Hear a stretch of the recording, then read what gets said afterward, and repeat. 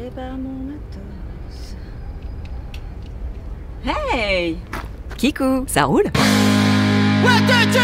Ici ta mère nature, votre youtubeuse préférée. Ça fait un petit temps qu'on s'est pas parlé de Green Guérilla par ici, vous trouvez pas? J'avoue, j'ai eu un peu la tête dans le guidon avec la saison dans la pépinière. Là, ça commence un petit peu à se calmer. Et ouais, je pense que ça va nous faire du bien de sortir dans la rue et d'aller faire des petites actions à droite à gauche. Je dis petites, non pas parce que tout ce qui est petit est mignon, mais juste parce que je suis toute seule aujourd'hui et que forcément je ne vais pas pouvoir faire des actions incroyables de type monter une ZAD, ça va pas être le projet du jour, mais ça peut être intéressant de vous montrer justement toutes les petites choses qu'on peut faire dans la rue et qui peuvent à la fois procurer une grande joie personnelle, tout en faisant du bien, je pense, un petit peu aux yeux, à la nature et tout le tintouin. On l'utilise plus tout le tintouin, ça mérite de le dire avec un accent. Tout le tintouin. Opération Green Guérilla, Zébardi. Évidemment, avant de partir à l'assaut des rues, il faut un petit peu se préparer et réfléchir aux 2-3 choses qu'on a envie de faire. J'ai repéré il y a quelques jours, pas loin d'ici, un mur sur lequel quelqu'un est venu déposer au pochoir des petits cœurs. Et comme il me reste de la mousse d'anciens ateliers, je me suis dit que ça pouvait être rigolo de venir compléter l'œuvre avec des petits cœurs en mousse. Voilà, parce qu'on n'a jamais autant besoin de cœurs qu'en ce moment. Alors c'est parti les petits cœurs en mousse. Je vais découper maintenant, comme ça ce sera pas la galère de le faire devant le mur et de me faire pécho en train de le faire. Car oui, même si les cœurs c'est mignon, venir les déposer comme ça sur des murs de manière un petit peu spontanée, c'est considéré comme de la dégradation d'espace public. Et c'est tout l'enjeu de la Green Guérilla, c'est que ça reste de la désobéissance civile, dans la mesure où c'est du végétal que je vais venir déposer avec de la colle végétale sur un mur. Personnellement, je pense que c'est plutôt de l'aggradation d'espace public. Bon, j'y vais un peu à la one again. En réalité, ça aurait été peut-être un peu plus malin de faire des sortes de pochoirs, mais bon, on va arriver à quelque chose quand même.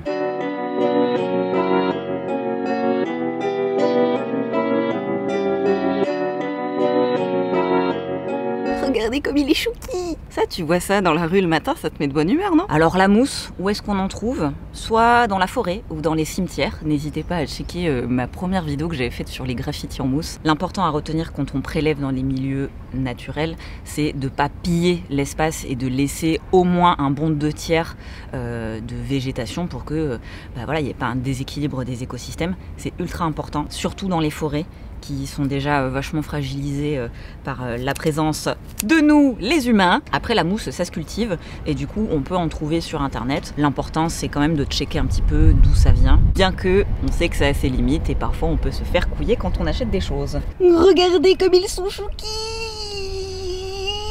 En ce qui concerne la colle, n'en achetez pas. Non, non, non. Il s'agit tout simplement d'un mélange de farine et d'eau. Une colle archi facile à fabriquer, qui coûte absolument cud et qui évidemment n'abîmera pas les murs sur lesquels vous allez venir faire votre tag. Ensuite, j'ai fait une petite sélection de plantes que nous allons pouvoir mettre à droite à gauche, là où il y a de la terre. J'ai à la fois des plantes potagères, comme des tomates. Nous avons le célèbre tournesol, plante emblématique de la Green Guérilla, qui est à la fois très solaire et donc très remarquable en milieu urbain. Mais c'est aussi une plante qui va apporter du nectar aux insectes pollinisateurs, parce qu'il en produit beaucoup. Et au moment de l'automne, les petites graines, appelées pipas au moment de l'apéro, vont apporter de la nourriture aux oiseaux, et notamment les mésanges, il me semble, si je dis pas de conneries. Il va juste falloir que je lui trouve un emplacement plutôt au soleil et surtout où je sais que ça va être quand même régulièrement arrosé. Qu'est-ce que j'ai fait pousser d'autre? Des cardères à foulons, c'est de la famille des chardons et ça va donner des grandes fleurs aussi super pour nos copines les abeilles et puis les bourdons, les papillons, etc. Mais je me rends compte que je vais être bien chargée quand même, hein. En ce qui concerne le matériel que nous allons prendre, une gourde bien sûr, car l'hydratation c'est important autant pour nous que pour les plantes et qu'on va pas se faire chier avec un arrosoir, c'est beaucoup trop gros. Une pelle, car encore une fois, les mains c'est très pratique, mais parfois ça a ses limites. Des gants, pour ne pas se laisser surprendre par des débris de verre ou bien des seringues. Enfin, encore plus connu que le tournesol, le symbole emblématique de la Green Guérilla, c'est évidemment les bombes de graines. Vous vous demandez dans quoi on va mettre tout ce matos? J'arrive. Dans un caddie de mamie! Parce que les mamies, elles ont tout compris. On peut tout mettre dans des caddies. Un accessoire à la fois passe-partout et extrêmement pratique. J'ai évidemment plein de graines aussi. Non, vraiment, on va pas s'ennuyer. Un panier de course digne de ce nom. Donc je vais venir coller au dos tous les cœurs et ensuite venir les poser très rapidement. L'idée c'est pas de se faire prendre en flag. On en met une bonne couche, hein. Je me sens vraiment la Amélie Poulain de la street. Mi-thug, mi-mignonne.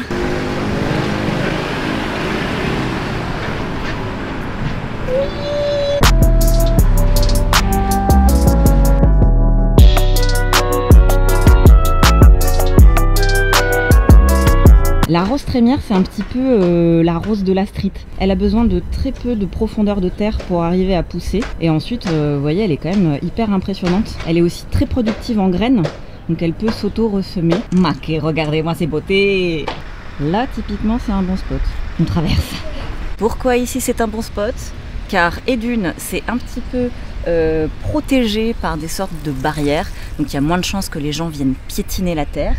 De deux, bah il y a de la terre. Et ça c'est quand même bien pratique. Et de 3, il y a déjà une plante, mais qui mériterait d'avoir des copines. Du coup c'est ce qu'on va faire. On va lui installer des copines. Elle a plein de choses à se raconter sur le patriarcat et le racisme écosystémique par exemple.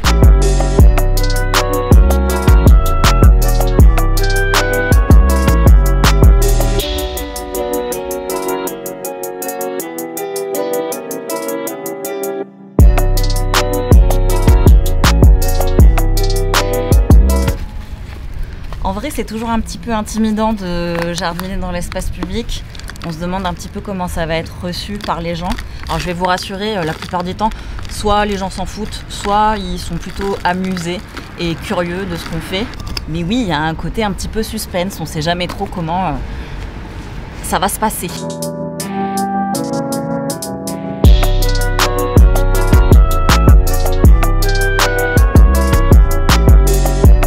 Et voilà! Je suis vachement limitée en eau, donc je vais y aller mollo sur l'arrosage. Mais j'ai pris soin de checker la météo et je sais qu'il va bientôt pleuvoir parce que c'est important que les plantes puissent avoir bien de l'eau pour s'implanter. J'ai évidemment ramené mes petits sachets de graines. Je vais en semer un petit peu en sachant que ça risque de fleurir dans peut-être 1 ou 2 ans, mais donnons-leur une chance. En vrai, dans l'idéal, il faudrait que je revienne pour mettre du paillage, histoire que ça couvre un petit peu et protège les cultures de la sécheresse. Parce que ça aussi, c'est un petit peu l'enjeu en milieu urbain, c'est qu'on n'a pas le temps de venir arroser tous les 4 matins. Et donc avec le paillage, on réduit un petit peu ça. Alors quand tu vois du buddleia comme ça sent la friche. Parce que c'est vraiment une plante qui s'installe dans les terrains vagues, complètement abandonnés. Le buddleia, on l'appelle aussi l'arbre à papillons. J'avais le flair! C'est effectivement une friche derrière moi. Alors c'est évidemment une zone qui risque d'être construite dans quelques mois, quelques années. Et je pense donc que nous allons nous entraîner à lancer des bombes de graines par ici, tout simplement.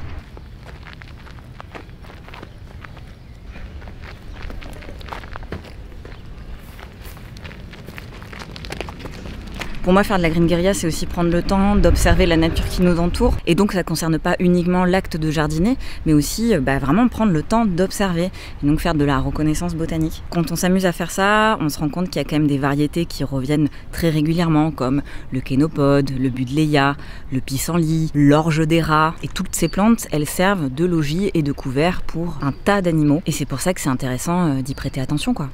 Il y a quelques mois, j'avais récupéré au sol une vieille canette de 8,6. Je me suis amusée à la pimper à la serre et je vais donc la rendre à son milieu naturel.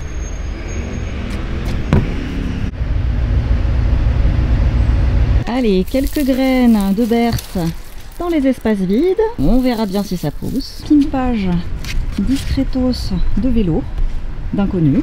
Mais c'est un pied de tomate. Bah lui, typiquement, je ne l'ai pas du tout amené ici. Trop bien. Et nous voilà de retour à la Casbah. Je suis hyper contente d'avoir fait cette sortie parce que ça faisait un moment que j'en avais pas fait de la green guérilla. Il y a eu des moments où j'ai eu des interactions avec des gens très sympas que j'ai pas pu filmer, mais voilà, c'était rigolo. Ça m'a sorti de ma petite zone de confort et mon petit quotidien très confortable. Quand on n'a jamais fait de green guérilla de sa vie, c'est forcément moins intimidant de le faire en collectif. Donc si vous ne savez pas comment vous y prendre, n'hésitez pas à sortir avec des amis à vous. Vous avez vu, finalement, il y a besoin de très peu de matériel pour se lancer. Et puis c'est un petit peu au gré des envies, du matos. Moi j'aime beaucoup la dimension artistique en fait, ce mouvement. Ces petites touches comme ça de poésie qui font que au quotidien ça procure énormément de joie. Moi c'est d'ailleurs clairement pour ça que je fais de la green guérilla, c'est que ça m'apporte vraiment des joies d'enfant, un petit peu comme la pépinière quand je vois sortir les pousses de terre. Je retrouve vraiment des sensations très puéril quoi, et je pense que c'est un mot qui est utilisé de manière complètement péjorative alors que c'est hyper bien d'être puéril. Si vous pratiquez la green guérilla et que vous avez envie de me montrer vos actions,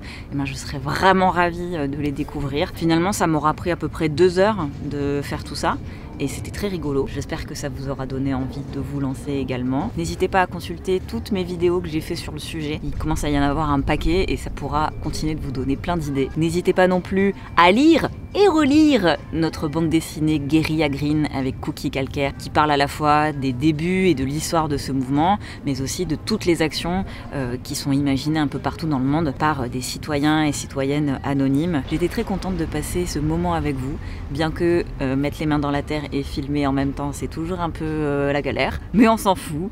Plantez tout, plantez-vous, love sur vous!